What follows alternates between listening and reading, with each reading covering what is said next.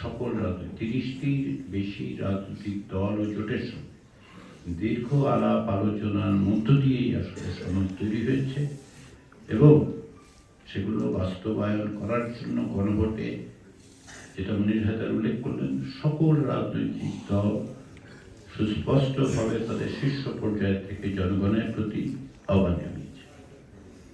ফলে এটাকে আমরা জনরায় হিসেবে দেখব, গণতন্ত্রের আকাঙ্ক্ষা হিসেবে দেখব, সংস্কার, রাষ্ট্র সংস্কারের জন্য জনগণের অভিপ্রায়ের অভিব্যক্তি হিসেবে দেখব, সরকারের এজেন্ডা সকলের সমর্থন করেছে এভাবে আমরা বিবেচনা করব। দ্বিতীয় প্রশ্নটি হচ্ছে অধ্যাপক মোহাম্মদ ইউনূস আমার নাম উল্লেখ করেছেন। ভবিষ্যতে অধ্যাপক মোহাম্মদ ইউনূসের কথাটা ইউনূস স্যার বলতে পারবেন। উনি আগে যেগুলো বলেছেন সেটা আমরা জানি। এটা বলেছেন যে ভবিষ্যতে তিনি তার আগের দায়িত্বে চলে যেতে চান।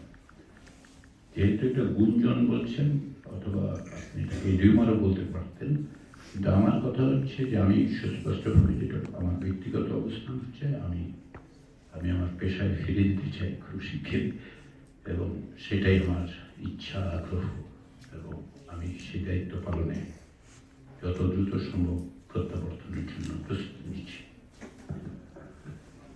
আমরা আর দুটা কোশ্চেন নিব।